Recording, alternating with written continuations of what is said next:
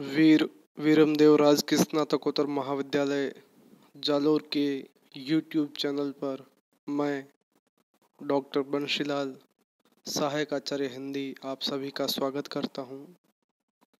BA द्वितीय वर्ष हिंदी साहित्य द्वितीय प्रश्न पत्र हिंदी भाषा और साहित्य का इतिहास के अंतर्गत हमने इकाई 1, इकाई 2 और इकाई 3 के अंतर्गत हिंदी भाषा के विविध रूप और हिंदी साहित्य का इतिहास के अंतर्गत आदिकाल और आदिकाल की परिस्थितियों, रचनाओं और रचनाकारों का परिचय पढ़ा है। आज हम इकाई 4 में भक्ति काल का अध्ययन करेंगे। विद्यार्थियों, इस इकाई में हम भक्ति काल की पृष्ठभूमि, भक्ति काल का सीमांकन, सामाजिक, राजनीतिक, सांस्कृतिक पृष्ठभूमि, संत काव्य, सूफी काव्य, राम भक्ति काव्य, कृष्ण भक्ति काव्य धाराओं की प्रमुख काव्य विशेषताएं, उनकी विशिष्टताएं, रचनाकारों का सामान्य परिचय और इसके साथ ही रीतिकाल का नामकरण, रीतिकालीन काव्य की विशेषताएं और प्रमुख रचनाकारों के बारे में विस्तार से पढ़ेंगे। जैसा कि पूर्व के वीडियोज में हमने पढ़ा है कि हिंदी साहित्य के इतिहास को विभिन्न विद्वानों ने अपने अपने विवेक से, अपने अध्ययन से, अपने शोध से विभिन्न उपविभागों में विभक्त किया है। आचार्य रामचंद्र शुक्ल ने 1929 में हिंदी साहित्य का इतिहास ग्रंथ, जो हिंदी शब्द सागर भूमिका के रूप में उपलब्ध है, इस साहित्य इतिहास ग्रंथ में सुस्पष्ट तरीके से काल विभाजित किए गए हैं और आचार्य रामचंद्र शुक्ल का कहना है कि प्रत्येक देश का साहित्य वहाँ की जनता की चित्तवृत्ति का संचित प्रतिबिंब होता है। जनता की चित्तवृत्ति के परिवर्तन के साथ ही साहित्य के स्वरूप में भी परिवर्तन होता है। आदि से अंत तक इन्हीं चित्तवृत्तियों की परंपरा को परखते हुए साहित्य परंपरा के साथ सामंजस्य स्थापित दिखाया गया है। 900 वर्षों के इतिहास को आचार्य रामचंद्र शुक्ल 4 भागों में सुव्यवस्थित स्पष्ट विभाजित करते हैं। आदिकाल पूर्व की इकाई में हमने आदिकाल के नामकरण और सीमांकन के बारे में पढ़ा है। भक्ति काल को वे पूर्व मध्यकाल भी कहते हैं और भक्ति काल का जो समय है संवत 1375 से 1700 विक्रम संवत तक वे मानते हैं। और ठीक इसी के साथ हम यह भी पढ़ते हैं कि पूर्व मध्यकाल अर्थात भक्ति काल को उन्होंने 2 प्रमुख भागों में विभक्त किया, जो सगुण और निर्गुण नाम से पढ़े गए। इसी के अंतर्गत प्रेम मार्गी शाखा, ज्ञान मार्गी शाखा, राम काव्य परंपरा और कृष्ण भक्ति शाखा, ये 4 उपविभाजन हैं। तो भक्ति काल का ये मोटा खाका आचार्य रामचंद्र शुक्ल ने अपने साहित्य इतिहास ग्रंथ में प्रस्तुत किया है। प्रिय विद्यार्थियों, भक्ति काल को पढ़ने और समझने से पूर्व भक्ति शब्द का अर्थ हमें समझना होगा। मोनियर विलियम्स के अनुसार भक्ति शब्द की व्युत्पत्ति भज धातु से मानी जाती है, भज से की जा सकती है।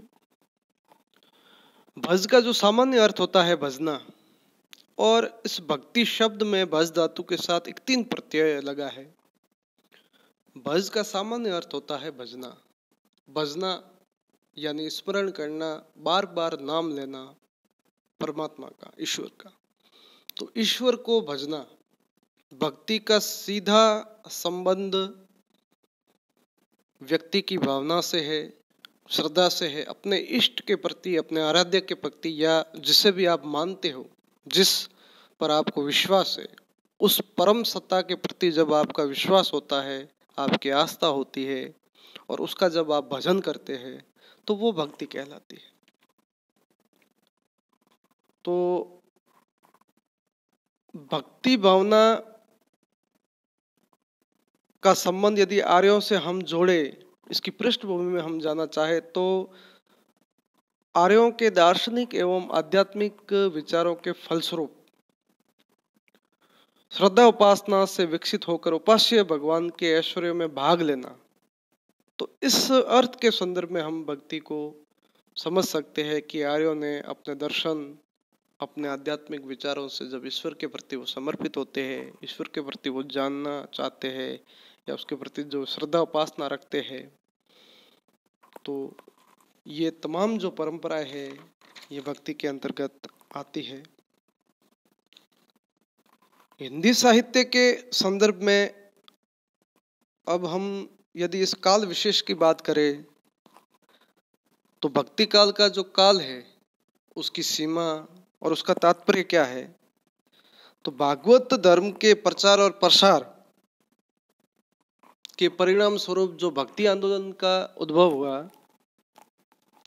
और ये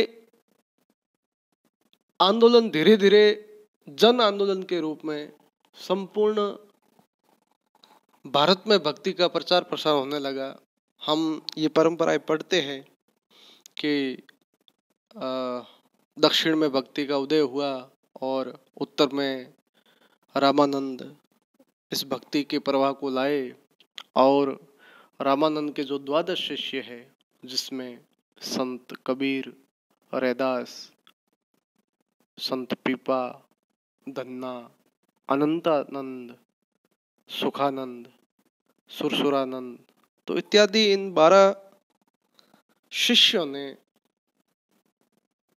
संपूर्ण भारत में भक्ति का प्रचार प्रसार किया।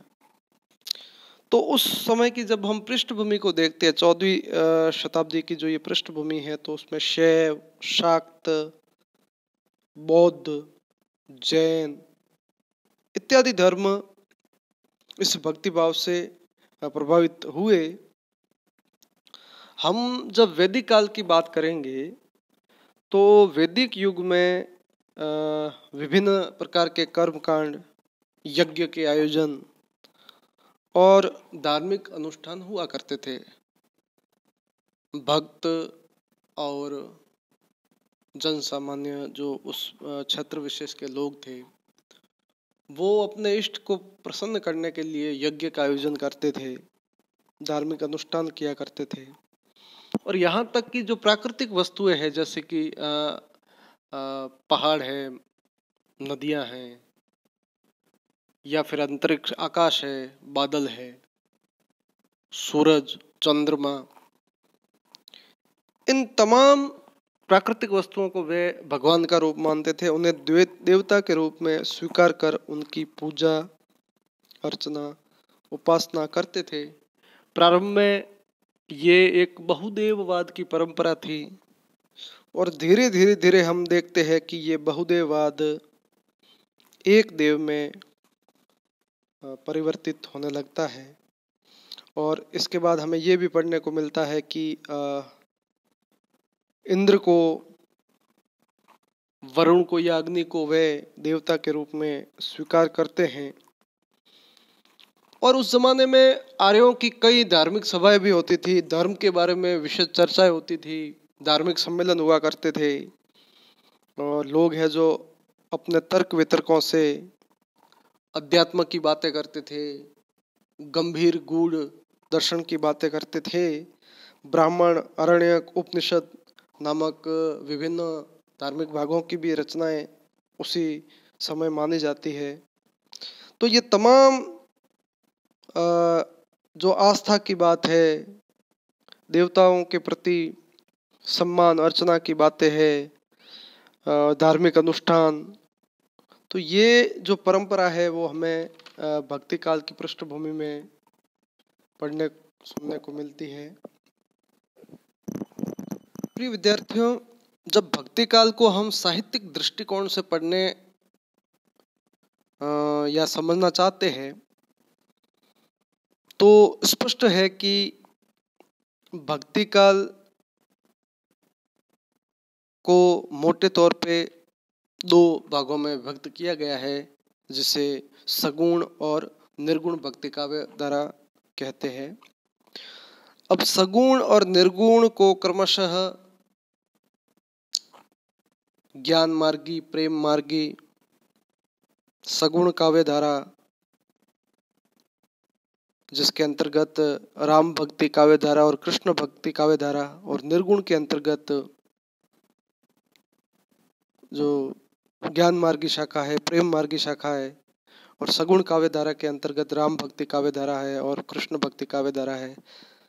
तो ये जो मोटे तौर पे हम देखते हैं जो चार उप विभाजन है, ज्ञान मार्गी शाखा क्या है, शब्द से ही स्पष्ट है कि यहाँ यह ज्ञान का मार्ग है, यहाँ ज्ञान को महत्व दिया गया है। प्रेम मार्गी धारा के अंतर्गत प्रेम को महत्व दिया गया है, जिन्होंने प्रेम को महत्व दिया और प्रेम आधारित रचनाएं लिखी गई। सगुण काव्य धारा के अंतर्गत जैसे राम भक्ति काव्य धारा है तो श्री राम, राम के मर्यादा पुरुषोत्तम स्वरूप को, राम की लीला, राम के अवतार इत्यादि, इन तमाम बातों पर जो रचनाएं लिखी गई तो वो राम भक्ति काव्य धारा के अंतर्गत आते हैं। ठीक इसी प्रकार से कृष्ण को अपना आराध्य इष्ट देव मानने और कृष्ण पर अपनी रचनाएं लिखने वाले कवि और कृष्ण भक्ति, तो ये कृष्ण भक्ति काव्य परंपरा के अंतर्गत आते हैं। हम यह देखते हैं कि तुलसीदास, जिन्होंने राम भक्ति काव्य धारा, और सूरदास जिन्होंने कृष्ण भक्ति काव्य धारा, कबीर, जायसी जो निर्गुण भक्ति काव्य धारा के अंतर्गत, कबीर ज्ञान मार्गी शाखा के और जायसी प्रेम मार्गी शाखा के प्रमुख प्रतिनिधि कवि माने जाते हैं। इन तमाम विचारधाराओं की, इन तमाम परंपराओं की, इन समस्त विभाजनों की, उपविभागों की हम प्रवृत्तियां, इनके प्रमुख कवि और इनकी प्रमुख रचनाएं जैसे कि रामचरितमानस है, पद्मावत और अखरावट जायसी की प्रमुख कृतियां मानी जाती है, कबीर की बीजक, साखी, सबद, रमेनी, इन तमाम प्रकार का जो ये जो साहित्य है, साहित्य की विशेषताएं, साहित्य की परंपराएं, साहित्य की प्रवृत्तियां, प्रमुख रचनाकार और उनकी रचनाओं के बारे में हम अगले वीडियो में पढ़ेंगे। आप सभी के लिए शुभकामनाएं।